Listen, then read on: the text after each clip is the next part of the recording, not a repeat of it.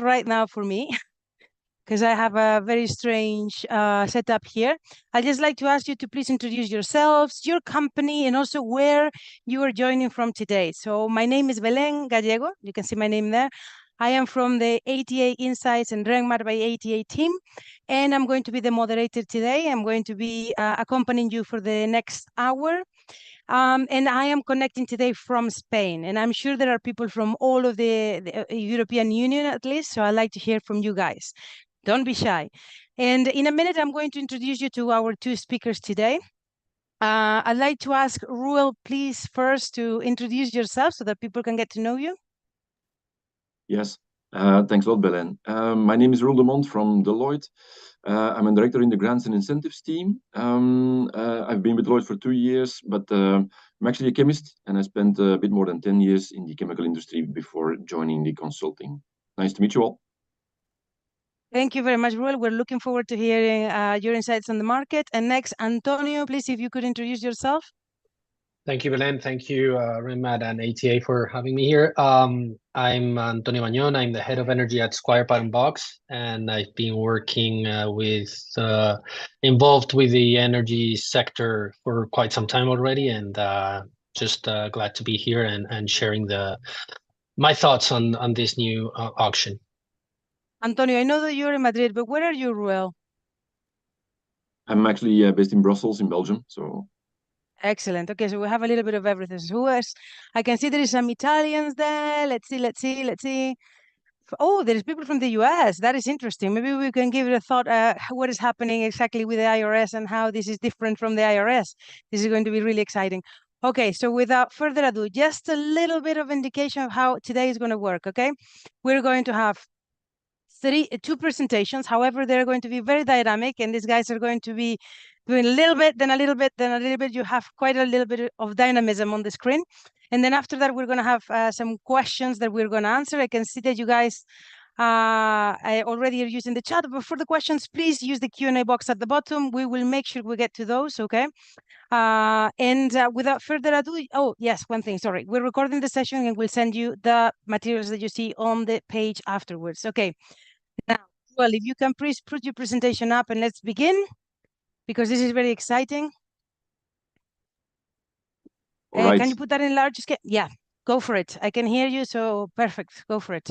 All right, very good. So let's see if it runs. So indeed, Antonio and myself, we will be going back and forth. I hope you don't get slide sick, but we'll see there's a lot of dynamics going on. So we'll start a bit on the background. And some people might have known or have heard about this initiative. It's indeed from the European Hydrogen Bank. It's an auction. And it's the first one. That's also why they call it the pilot auction. And it's under the umbrella of the European Innovation Fund. Now, although it's under the same umbrella of Innovation Fund, there is clearly differences. So Innovation Fund is quite well known. It has been around for a few years already, funding initiative from the EU, mostly targeting massive decarbonization and flagship projects.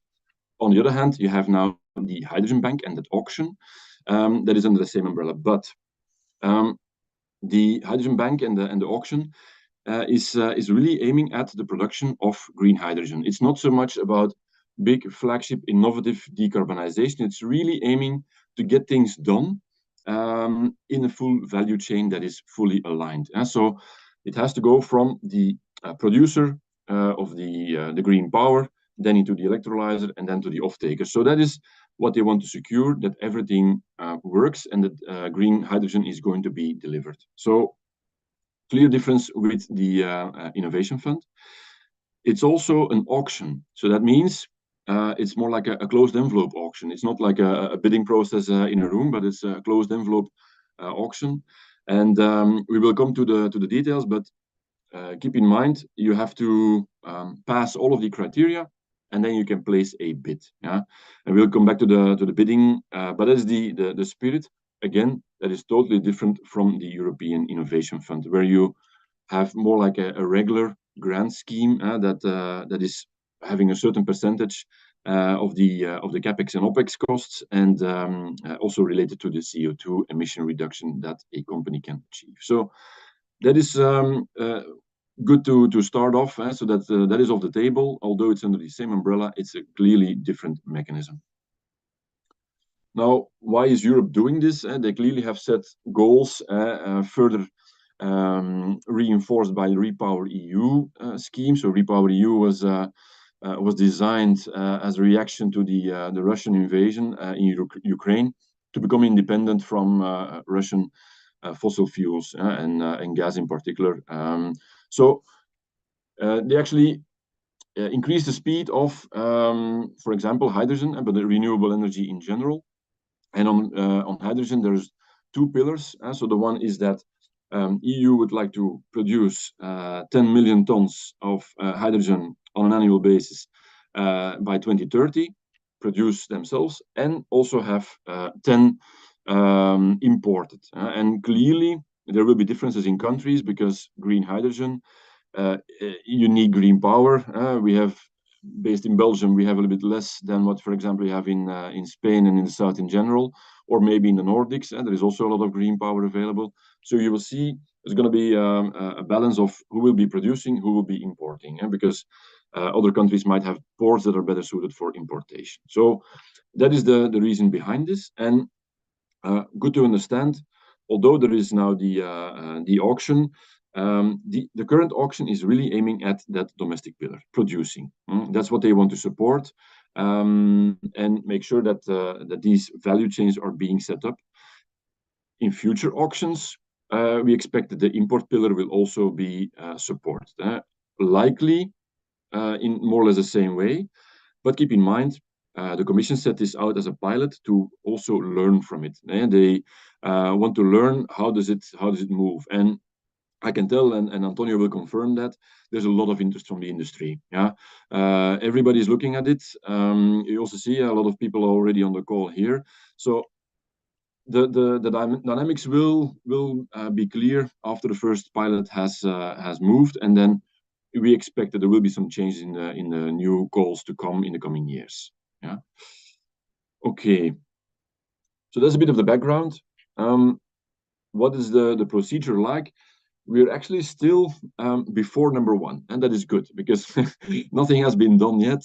So the call will be launched next Thursday, so mark your calendars, 23rd of November, then the full details will be there, although the terms and conditions have been published end of the summer.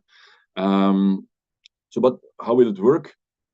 As soon as all of the templates and final call documents will be ready, people will be able to start up an application file. So as soon as the application file is submitted, it has a deadline, by the way, of the 8th of February 24, so not that much time left. As soon as that is done, then the Commission and the reviewers, and indeed CINEA will be the funding agency taking care of that. They will be looking at it, and then, as mentioned, it's a bid that you place. So all the projects that are okay, so to say, on all of the requirements, and we will come back to the requirements later, but all of them that comply will be put in a ranking. And that ranking will be filled up from the lowest bids in euros per kilogram to the highest until the budget is run out. And then after the grants have been signed, then people will be able to start their operations and start building. They will get a fixed amount of euros that they were awarded every 6 months of the green hydrogen that is being produced. So that is the way it's going to work. It's not like a regular funding scheme where you immediately get money, or versus certain capex spendings. No, it's going to be the produced green hydrogen that will trigger the payment every 6 months. And then finally, that's also a bit special here. There are also penalties if you do not produce enough, or if you're not in operations in time. Then also there is a penalty that is being set by the Commission. So also that is interesting to see, because it's also a pretty new thing on the scheme here. Now, Antonio will take you through more of the legal aspects. Thank you, Roel. So yes, good morning, good afternoon to everyone. As Roel anticipated, basically, I'm gonna share now the presentation. Wait 1 second. Apologies. Sharing presentation. Let me know if you need any help. But you guys are pretty much like a self-cleaning oven. This is amazing. You're just doing the moderating yourselves. It's like this, right? Excellent. You can see this? Yes. Can you put that on a big screen, please? Sure. At the moment, we can still see the slides on the side. You can see the slides on the side. Okay. Yeah, the minute that you put the presentation, it should be all right. This is it. This is better? Now. Yes, perfect. Now? Okay. Yes. So main legal aspects of the auction. Well, first thing is focusing on the fact that there's a legal framework here. We're talking about the terms and conditions. As Roel anticipated, they were published in the 30th of August. And the auction is not going to take place until next Thursday. But the legal framework is not only set by the terms and conditions. There are other regulations, other texts that need to be analyzed. We were talking about the Renewable Energy Directive and the delegated acts. Why do you need to consider these two regulations in addition to the terms and conditions? Because the terms and conditions state that the objective is to produce hydrogen, RFNBO hydrogen, under the definitions that are set by the Renewable Energy Directive and the delegated acts. So you need to take into consideration those terms. In the event that you do not comply with those terms, then you will be not complying with the terms of the auction. So please consider also that part of the legal frame. Principles are rule the auction. Rule, I mentioned it before, this is not the typical auction that we're used to within the European Union, but it does share typical terms, typical principles based on directives of the European Union on public procurement and grants and incentives. In this sense, we're talking about no discrimination, we're talking about transparency, no ex post adjustment of the auction. This provides security to all the bidders, because you know that the terms and the conditions that are set are those that are there and they will not change. So therefore you have your time to prepare your presentation, your bid, as you can see at the last point of this slide. Sufficient time to prepare the bid, and therefore it seems like between 23rd of November and 8th of February, there's a lot of time. But for these type of projects, considering the content that you need to submit within your bid, it clearly it's not enough. And those that are used to this type of auctions are well aware of this. So basically, principles ruling the auction and additional legal frame. Terms and conditions. These are the main rules for the auction. They were published, as I mentioned, August 30, and the aim is basically to prevent speculative projects to be presented as a bid. Why? Because what the European Union wants to do with this, it's to develop and push boost for hydrogen sector. So obviously they're gonna want to focus on those projects that are mature. And you actually will need to provide evidence of the maturity of the project, as we will see further now. Terms and conditions set two different kinds of rules, let's say.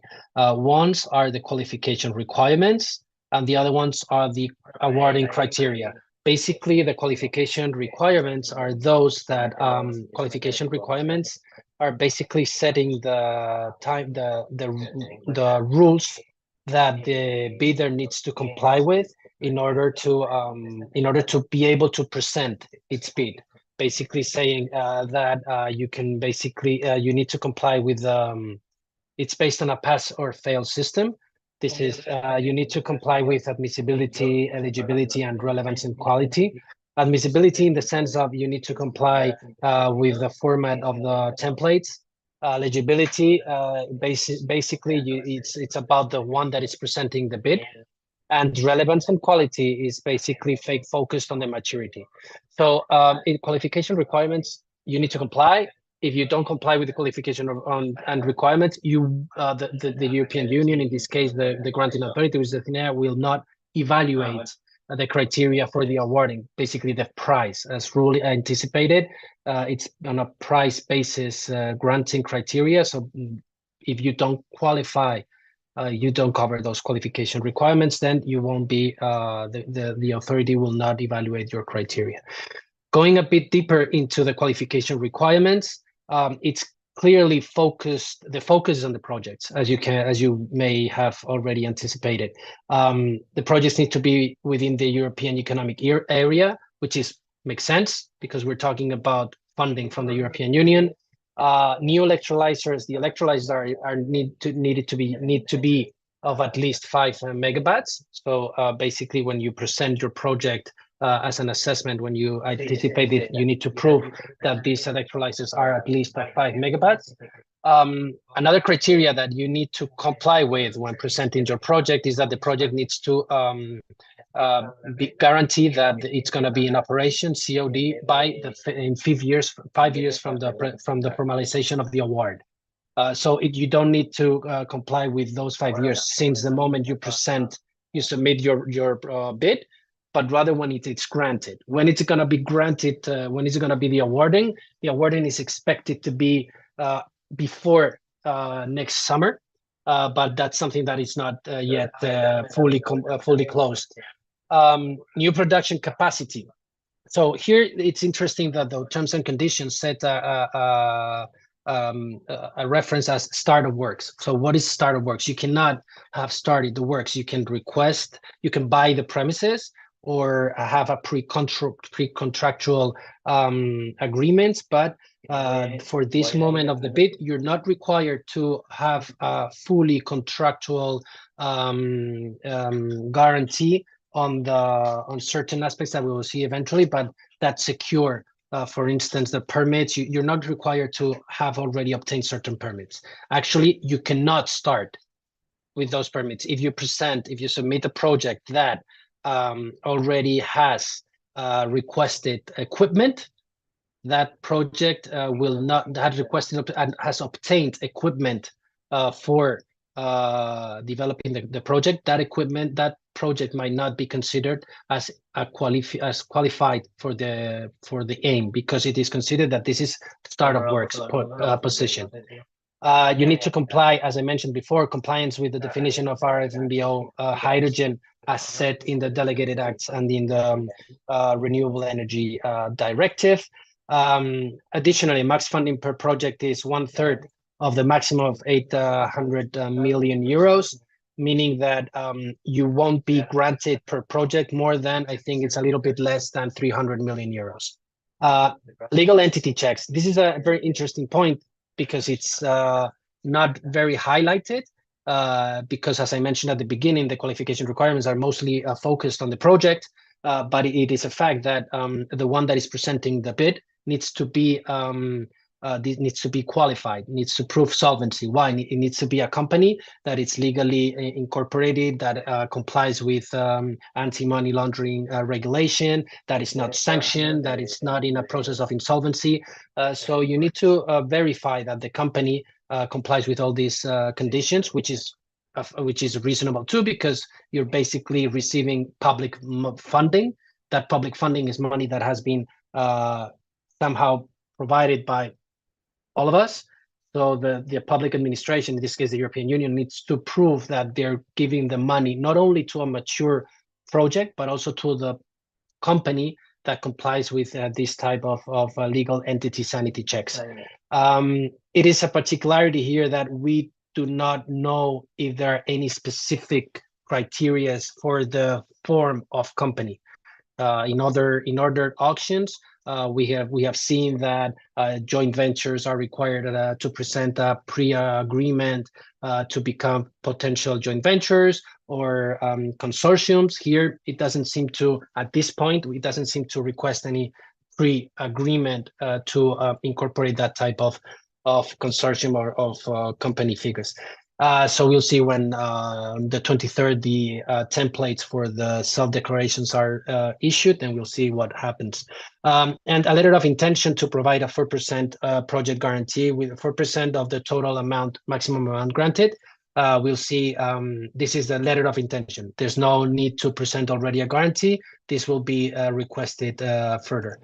If you comply with those qualification requirements, as I mentioned, relevance and quality for the project, at least a pre-contractual step to secure at least 60% of the electricity volumes, 60% of the production volumes of RFNBO hydrogen must be also secured through a pre-contractual mean. Electrolyzer, also a pre-contractual guarantee that you have been in contact with the manufacturer. Environmental permits, you have to prove that you have initiated the procedure with your national regional authority. Here again, particularly because we're talking about a European auction. The regimes in Italy, France, Portugal, Spain, Germany are completely different in some cases. So how do you prove that you have initiated those procedures, right? So in Spain, for instance, you only need to present a request electronically, but that request needs to be validated by the authority. Will that request without validation be valid? That's a question that I've been asked for by certain clients, and it's a fact. Like, you need to have response, because if you need to have your response from the authority, there's delays with the timing of presentation, right? Grid connection permits, same idea. You need to credible evidence that it's an ongoing process. And finally, what I mentioned, the letter of intention for the bank. You comply with all those qualification regulations on a pass-fail system, then you will be your criteria for the award will be evaluated. Fixed premium in euros and kilograms. Already Roel mentioned it. It's a price that will be multiplied with the average estimated annual production of the RFNBO hydrogen, and then finally you will be awarded with that price. This is the main legal aspects. Now back to you, Roel, for the next steps of the process and documentation. All right. Okay. Indeed. Let's continue on. So we also have the boundary conditions, so to say. Indeed, how is it designed? How can you apply? Now, a bit more on what is actually requested. So if you look at the technical aspects, so clearly the procedure has been covered by Antonio. What is being requested? So you saw in the beginning that it's under the umbrella of the Innovation Fund, so it looks a bit like Innovation Fund, and people who have been dealing with that will know that this is quite a heavy application. They actually tried or will try to make it a bit lighter. Let's see when the final templates come out, if it's really a lot lighter or not. Now, what is the information that we will have to provide, or that you will have to provide, is for sure, so number one, the financial model. And they don't call it the financial model, they call it an FIF, a financial information file. It's going to be a light version of what we know from the Innovation Fund, but it should yield, based on all of the economics around your project, a certain bid level. It has to be an economically viable project with the conditions that you have on your project. So that's going to be a certain electricity price, with certain variations perhaps over time. It's also going to be an off-taker price agreement that you are looking at. Like Antonio mentioned, you cannot have anything secured. It has to be pre-contractual all. But all of these conditions that you describe in your project will have to combine into that financial model and yield a certain bid, a certain amount of money that you need to actually cope with a financial gap that you have, or a value gap that you have, versus, so to say, gray hydrogen, because that's typically what clients would be receiving, but now they would get green from you, which has a bit of a higher price. Keep in mind that they really want this to happen. So the Commission really wants this to happen. So you have to be clear on how you're going to do this: a timetable, a Gantt chart, an implementation plan, whatever you want to call it. But you have to make a convincing plan that takes everything into account. Of course, if you need to have a grid connection, how are you going to design that? How are you going to tackle that? who are you talking to in your specific situation, that it can be clear that this will be able to be managed in the future. An environmental permit, also there, also already covered by Antonio. The situation is different in every country, so you will have to describe how is it in your region, in your country, and how are you going to tackle that process, because it can be a blocking factor. So they really want to understand, okay, what does it look like and how are you going to deal with that issue for your project. Letter of intent from the bank, that is indeed that completion guarantee that we covered, 4%, not too bad, of course. If, let's say, you ask for 100 million, that's 4 million, which is to be secured with the beneficiary being the commission if you don't deliver or don't deliver in time, at least. Participant information number 6 on the slide, yeah, clearly that's just administrative stuff. And then the ones that don't have a lot of explanation are 7, 8, and 9 on this slide, and it's a bit deliberate because these are pretty new things, and they're all called the strategy. So a strategy on how to get your renewable electricity there, how to buy your electrolyzer, what kind of technology will you be buying, and a strategy on the price hedging, because that is maybe also an important point. The bid, let's say you get €2 per kilogram awarded to your project, that is typically going to be for 10 years of production. So it can be a very nice amount, but it will not be indexed. It will be the €2 for 10 years. So whatever happens in the market, you will have to be able to deal with that. And that is, of course, tricky because you have to describe how are you going to deal with that? What uncertainties do you foresee?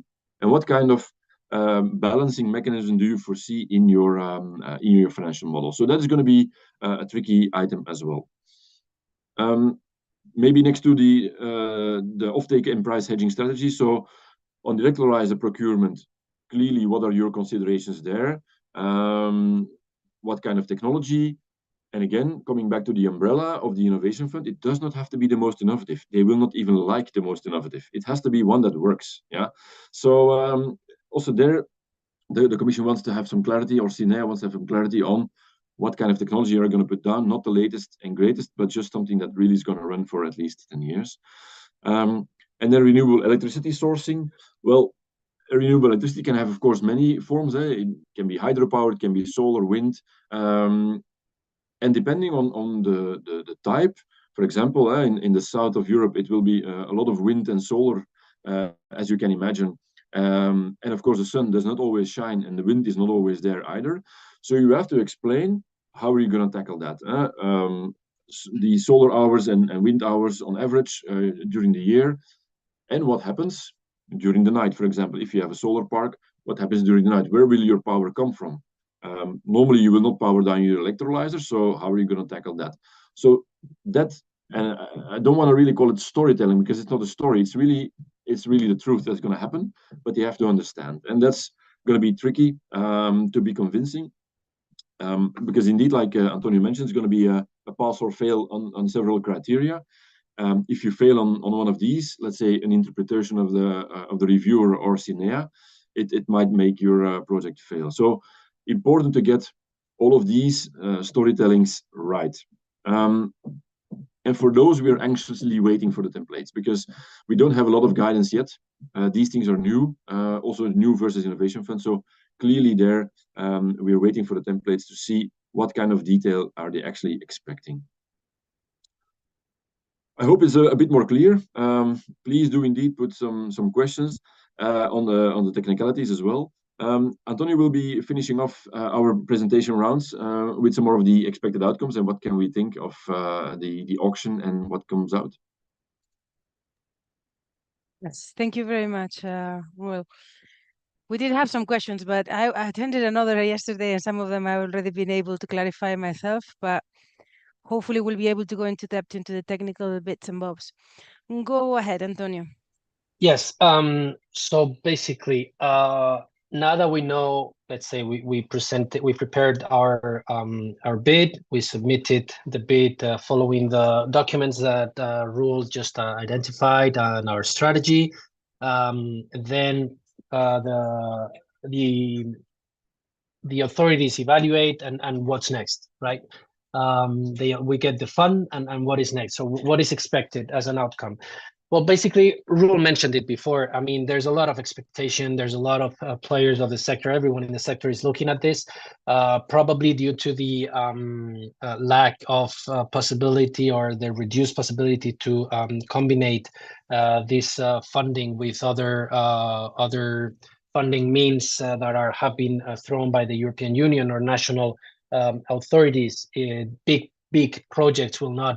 I don't know if they're going to be able to be part of this auction, but other than that, it's clearly something that it's great for the market and for the sector, and all of the players are definitely looking at it, and will. I hope that they're already preparing the bid, because, as I mentioned, November, February might be not that long for these type of bids. So. As the expected outcome, there are certain points that have to be highlighted and under my understanding. Firstly, I mean, we're talking about an 800 million euro auction. At this point, Roel mentioned it, it's a pilot. Definitely European Union also wants to learn from this first pilot, but it also anticipated that the intention is, depending on the outcome of this auction, there are 3 billion euro investment for this type of projects in the budget for annual auction schedule. Sorry for the typo there. So then, other than that, we're talking about, so definitely the outcome is expected to be positive. Because the European Union already has 3 billion euro reserved as a budget for this type of projects. However, there's also some kind of uncertainty because we don't know how the future auctions are going to be held. What are going to be the terms and conditions? Are there going to be? Is it going to be similar to this one? Is it going to be on a different kind of criteria? So we have no visibility, and obviously with the lack of visibility, the uncertainty grows. And therefore, it's a bit of what will happen. Obviously, concentration of beneficiaries. What do I mean with this? What I mean is, this is a European Union auction. So definitely, and we have people from all around Europe and outside of Europe connected to the webinar. There are countries, projects from everywhere. But what if somehow only French projects get the funding, only Italian projects get the funding? There's not a criteria set by the terms and conditions saying we won't give, we will limit the granting per country, per area to a certain amount. There's no regulation on that. So there's uncertainty whether maybe it's not impossible that all the projects from France or from Italy get the funding. So that's something that is also some kind of uncertainty there, because what you want is to have it more spread, but there's no terms and conditions setting that, which is also clear because you cannot limit for territory criteria from a legal perspective. And again, it's a low budget. I mean, obviously it's great. It's 800 million euro. That's a lot, but that's not that much when you're talking about European Union wide, territory-wise. So we're talking about 800 million for, and it's not European Union. It's also European Economic Area. So we're talking about Europe. We're talking about Norway and Liechtenstein too. So definitely, it's a challenge. But again, it's a pilot. I mean, you need to start from somewhere. 3 billion euros out there. The auction is a great positive step towards the energy transition. We all know that hydrogen, we're talking about hydrogen as a future thing. It's a reality. We have already hydrogen plants and certain green hydrogen plants from certain nature. So definitely the outcome expected is very positive, and hopefully it matches the expectations. And from my side, thank you. And I don't know, Roel, if you want to finish up with a thank you. No, indeed, I can just confirm. Indeed, thanks a lot for listening. I hope you had some extra information, and indeed, feel free to send any kind of questions to us. Okay, so I'll start the questions, guys. And meanwhile, I invite everyone else to send yours. Some have come through, but I think there could be some more out there. First thing that it was obvious is that a lot of people don't really know what the European Hydrogen Bank is, and that the name, despite being very good marketing, is probably a little bit misleading.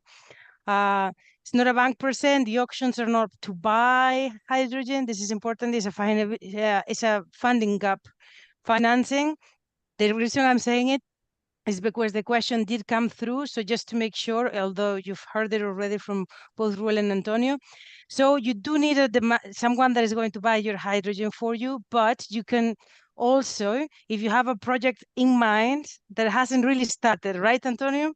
That hasn't started, and you're sure that you can get it finalized in 5 years, and you have pretty much all of the bits and bobs that you need from beginning to end, including your financial plan, your agreements, and so on and so forth, then you can put it across to benefit from this particular funding scheme.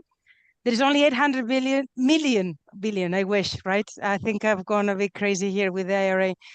For all of Europe and the European Economic Area, but your project does have to be in the European Economic Area, correct? This is one of the questions that a lot of people are saying. Clarifying question: does the auction only apply to projects built within the EU? But you're saying also the European Economic Area, correct? Exactly. Okay, so it's slightly different, but it's like a couple of countries difference. It's not very much. Iceland, Liechtenstein, Norway, and all the EU members. That's right. Okay. So if you can, in each project, get to a maximum of 269.70 million, that is a third. You can also imagine for big projects, it won't be a lot of money. It could be gone in 3 projects, essentially. That's a little bit but you also if you apply for this particular help, you cannot get any other, which means that you really have to think through whether there is another projects that may work better for you. Okay. So the first question that we have here from James says, but the European Hydrogen Bank is also looking for 10 million, I think it's tons, not kilos, but anyway, per year of imports. Do imports qualify for this auction? No, not for this one, not for the pilot. So this is really about production. So what's happening with the imports? These are going to be also part of the European Hydrogen Bank, but when can we expect the auctions?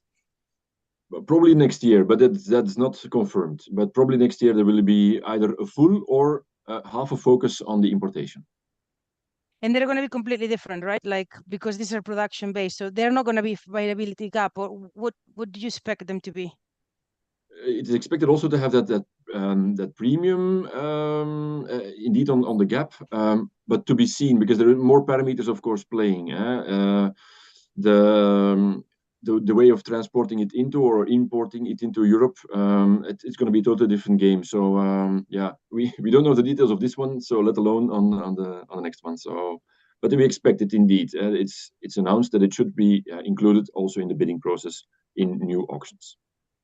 So, Roel, just one question. If they're expecting to get the details of this auction in order to put across, from the pilot to learn for the next ones, but they're completely different, like, wouldn't that be like a new pilot as well, or would it definitely be building on this one? So we have to finish this one before we start the next one.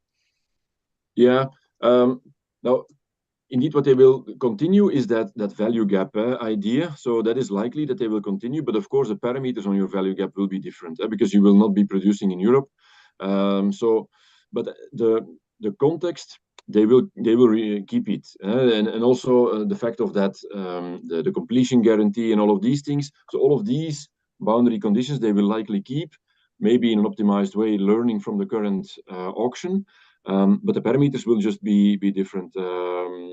So yeah, you will have other items like, for example, port connections and these things, which are today not really highly relevant, but that will become relevant in an importation scenario probably. Yeah. Okay, perfect. Thank you. Here, Giuseppe is asking what are the milestones for the auction. He talks about the expiration date, but I mean it just means like what are the auctions that the dates that we're managing for the auction? Beyond Roel. Yeah, should I? Yeah. So keep in mind the 8th of February, the auction closes. So that's when the bids have to be submitted with the full file on the European Funding and Tenders portal. It's a portal that you have to use. And then they will start the analysis. And then as soon as that is granted, the grant agreement negotiations, keep that in mind, EU, that takes a while sometimes, that the grant agreement is being signed. And we expect around about after the summer that grant agreements will be signed and people can start their projects. Then maybe to continue on a bit of the timing, you have 5 years to really start your operations because, and like Antonio mentioned, you cannot have started anything pretty much. You can have land and in the permitting, that's about it. But in 5 years you have to be running. If you're not, then you will get penalized on that bank guarantee that we mentioned. So important to have that 5 years running, and that also might be an important aspect for those really big projects that you mentioned, Belen. Those really big ones, can they, if they are nowhere today, produce within 5 years? Question mark. So that's going to be difficult probably, but okay. So 5 years of operation. To get into operation, and then you have 10 years of operation in which you will be able to get your money.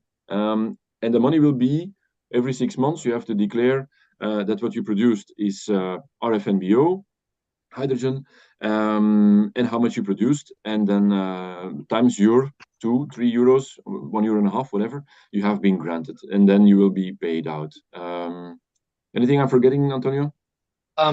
Just one thing. I've been questioned many times, well, sometimes with by some clients regarding the guarantee, because what you're submitting with the bid is a letter of intention from a bank or a financial entity that kind of says I'm going to guarantee, I'm going to provide issue that 4% guarantee, but that's a letter of intention. You won't need to effectively set that completion guarantee until I think it's 2 months after the pre-awarding agreement is reached. So as Roel mentioned, you submit at 8th of February, you submit the bid, then period of evaluation. I don't think that there's set, people are talking about April, before April to issue a pre-awarding agreement, which is basically, okay, you made a self-declaration, you presented me a letter of intention for the guarantee. Now you have 2 months to present the completion guarantee from a bank or a financial entity that is validated by the European authorities. So in this sense, that's another thing. I think that it's those 2 months, and it has to, it will be expired 6 months after the operation of the starting operation of the company, of the project, sorry. So it's 5 years for operation. 6 months later, it's when the guarantee can be expired because you have reached completion. Thank you very much. Okay, we've now got a lot of questions. We're going to go one by one, but there is this amazing one here that I was like, yeah, how? Kiara says, if the hydrogen producer who wants to apply to the bid is also the consumer of the hydrogen, how can the hydrogen sales revenue be defined? This is a good point. Yeah, and they know that because it can indeed be that they are using it to make it into ammonia, for example. They have described it as an integrated project. However, you will have to explain how you will measure and have it also certified that you have certain volumes of certified RFNBO hydrogen produced, and yeah, it will have to happen. And maybe they're important because it's really getting to the details of the call, but there is no real official certification yet. They have 3 that are under analysis. For example, the HY is one of those that I think the most well known. But they will have to be then installed into your process, and they will have to make sure that RFNBO will be certified. So it is possible, but you have to explain how you're going to deal with that. And they put the initiative on the applicant,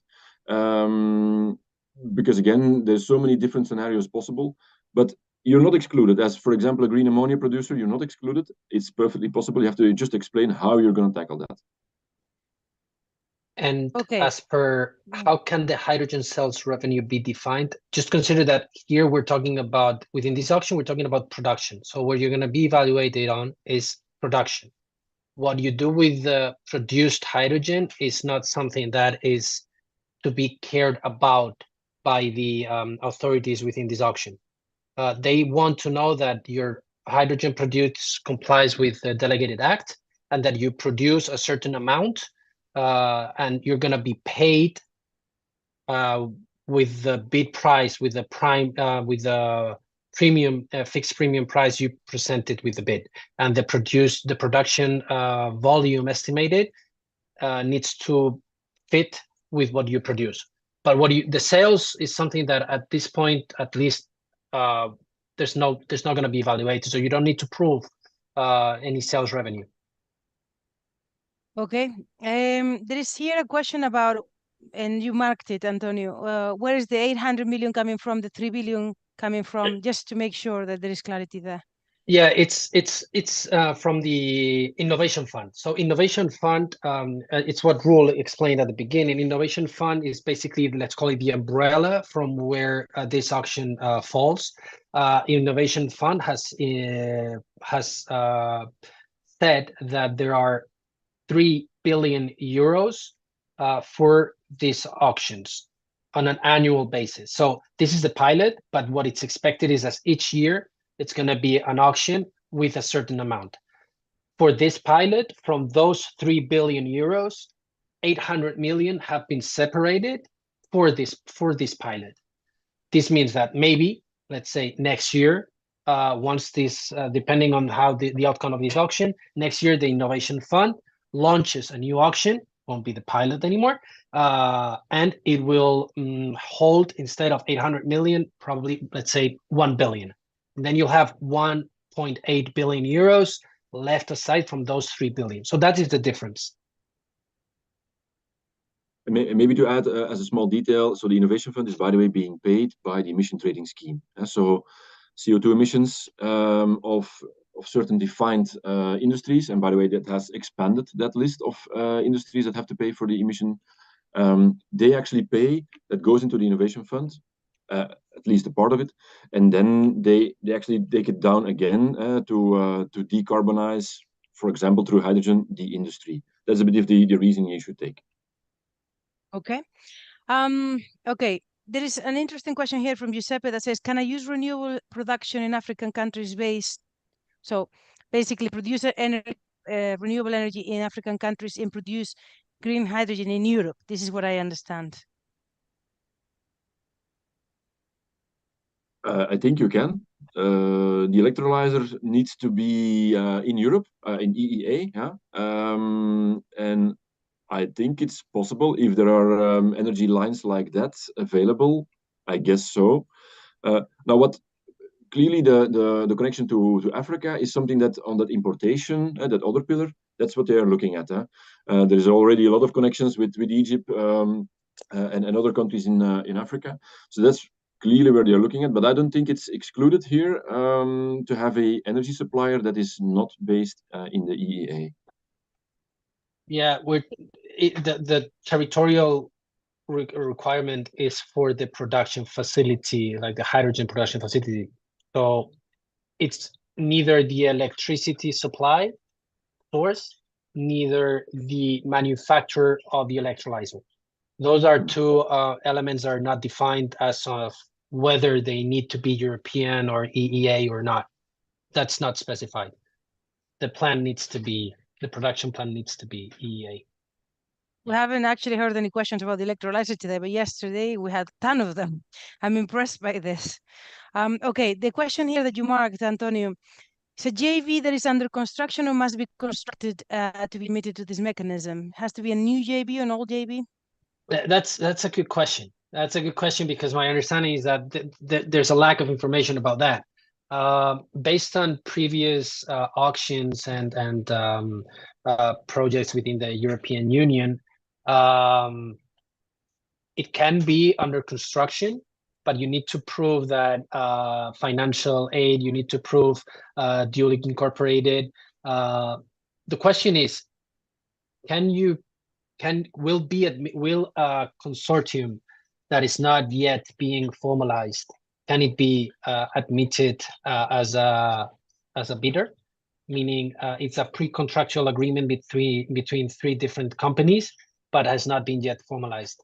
My understanding is that it should be, but you'll need to present that pre-agreement fully disclosed, fully developed, and setting the rules of liability between the partners, the responsibility for each part of the project for each partner, as it has been done with other auctions from the within the European Union. And in fact, the terms and conditions do refer to consortium as a possibility of legal entity form. So to answer, is a JV that is under construction or must be constructed and admitted to the mechanism? I think that it can be both, but probably if it's already incorporated, it's easier to comply with all the requirements. You might be asked for further clarifications if not. Thank you very much, Antonio. Okay, is the hydrogen bank instrument possible to accumulate, I guess, with IPCEI-H2? I'm not really sure what IPCEI-H2 is. Yeah, so Roel, go ahead. Those are the important projects of common European interest. Oh my God, that's what it is. A point. And there have been 2 calls so far on hydrogen, and so. Well, that depends. Likely not, but because accumulation rules are very, very strict, and we didn't really highlight that a lot. But accumulation rules are very strict. What you can have supported is, for example, a feasibility study that has been receiving some funding. That can be, but nothing connected to your own project. And also, you have to look very carefully at the partners, let's say, or the off-takers and the in-feed of your electricity. How are these assets being supported? Because they're also there. Some things are allowed, some things are clearly not allowed. So it's very important, and the terms and conditions are fairly clear about it. You have to really look in very much detail if it can be. And I would assume for most of the things it cannot be combined. For example, one thing that maybe is easily overlooked is the CO2 compensation. That is also something, the carbon leakage mechanism. You cannot combine it because it's also considered state aid. So you cannot combine that with the hydrogen bank auction bids. So very important indeed, and we maybe should have stressed it a bit more, but the accumulation is a big deal, and it can rule your project ineligible immediately. Yeah, have a close look at that. Okay, thank you very much, Roel. So we have 2 more questions. I think we should have time to answer them, hopefully. I'm going to start with the one that is less philosophical. Okay, so how is the hydrogen bank instrument for import connected with the hydrogen global mechanism for imports? There must be 2 different things in that. To me, they sound the same. I think what they're referring to here is the H2 Global Initiative, the German initiative. Yeah, I think that is the connection here. Well, we see a lot of initiatives on a state or a national level to support hydrogen, and be it importation, be it production. It is clearly, well, somewhat connected. However, one does not exclude the other. It's the Commission, they know that 800 million is not a lot, and they are highly supportive of national initiatives. For example, the H2 Global. And for sure, we know that Germany is very active, the Netherlands are very active, spending a lot of money on electrolyzers, on importation, and so on. So, yeah, they are, so the H2 Global would be a German initiative. If that is the one that they're referring to here, then, yeah, clearly, but really focused on Germany. And I think that the question comes because I believe that recently German authorities opened their mechanism to to the European Bank of Hydrogen auctions. So I guess that I was also questioning this. Like, what does it? What when they say we open this our mechanism in our national mechanism to the European Bank of Hydrogen. What I understand is that they're offering the possibility to take part of these auctions because it's a pilot, so they probably gonna share their know-how on how they've been implementing this in Germany to a wider territory, definitely. And maybe to add there, because we also had some questions from clients there, H2 Global, interestingly, is not focused on a certain color of hydrogen, because we are here green, but also there blue can be done, which blue is actually impossible in the auction. Just as a reminder there. Thank you very much. Okay, and the last question, there is a bit philosophical. Lorenzo says, Lorenzo, my expectation is that a number of projects, 3 to 5, specifically in the Nordics, powered by wind, will win the auctions. This is not great news for Southern Europe. I actually had written this question, like, what did you see more likely to, to take advantage of this European hydrogen auction? So this kind of goes in these lines, but he's asking, do you agree? And what do you think is going to happen in the next auctions, national auctions, EU auctions per specific area? And I think yesterday, Antonio, we had discussed that the actual countries can utilize the European Hydrogen Bank auctions to actually open them up to national companies, right? So do you want to talk a little bit more about, and do you agree this is all going to go to the Nordic countries? I don't know, just out there for you guys. I'll start. I mean, obviously, it's. I mean, in Spain, we love our renewable capacity and we love our sun and our wind, but obviously, we don't have. It seems like we don't have such a implementation of the wind. Nordic projects are very attractive, definitely. I do agree with the 3-4 projects are gonna be taking all the budget. It's not gonna be much more than that.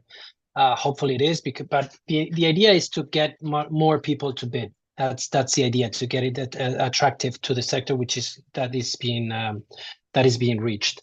Having said this, this pilot auction invites member states and Liechtenstein and Norway and Iceland to be part of the bank as supporting the bank with state aid, providing financings from the national, or even taking part of this auction into national boundaries. But I don't think that this is going to be the case. I mean, at least in Spain, you already have, and obviously this happens in Portugal, Germany, France. You already have your national authorities with your granting regime, and you have your own regulation and your own budget. Obviously, we in the European Union, we have the Next Generation funds. So definitely those are ones that canalize that channel the aid from the European Union. And so there are different mechanisms that national authorities can use to implement or to boost the projects within their territory. But indeed, the European Bank of Hydrogen does invite state members to be part of this initiative, as in providing funds or providing ideas for potential auctions.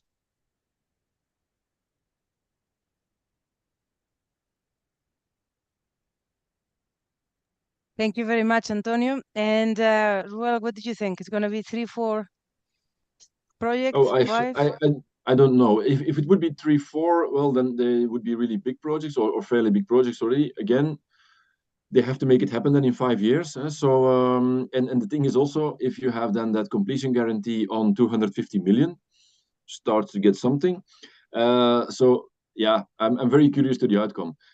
Now, will it be all in the Nordics? That's going to be the question mark. Indeed, they do have a lot of renewable energy. The grid is pretty green there, so to say. But don't forget that the willingness to pay, the off-taker price, is also important.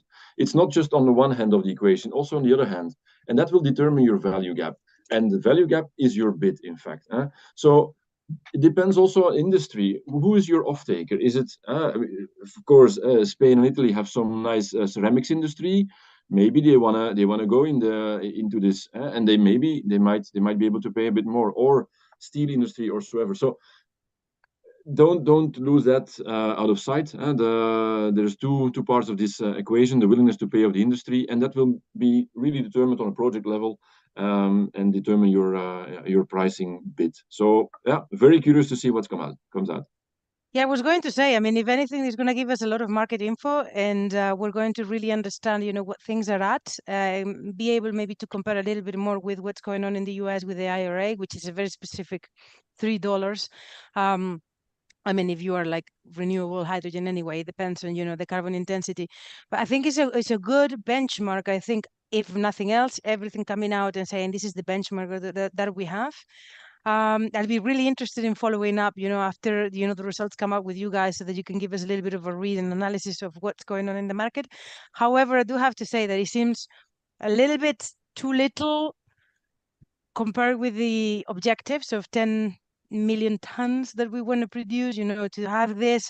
And, when we talk about 5 years, we're running scared thinking, 5 years is so little. Yet in only 6 years, we're supposed to deliver 10 million tons. I'm not really sure, that we are even in the same, I don't know, scales, if you like. It's like we're kind of comparing, like an insect with a dinosaur here. So, I remain wanting to be convinced, that this is enough mechanism to trigger. We wouldn't get that. Although, if you get in enough of like an expansive upward curve, the price coming down enough and the demand goes up enough, but there is a lot here still that needs to be decided. So thank you very much, Antonio. Thank you very much, Roel. Thank you very much, everyone else that is there. It's been a great session. I've learned a lot. I'm really interested. Remember, next week they come out. So, don't miss out. Take a look at those bases. And then you have until February. It's not a very long time. If you need to contact either Roel or Antonio because you need help, then their emails are usually in the presentations. We will send you the presentations. And yes, my colleagues are always telling me I forget to do the queue for the conference. We are going to be meeting in January 24th, 25th in Zaragoza. And one of the topics we're going to be discussing in depth is going to be what's going on with the auctions, okay? And who's likely and how and what is going to be very, very near the end of the auction. So hopefully by then we'll have a little bit more information. Hope that you guys can join. Thank you very much, and see you all in the next webinar. Thank you. Thank you, Antonio. Thank you, Roel. Thank you. Very nice Thank you. to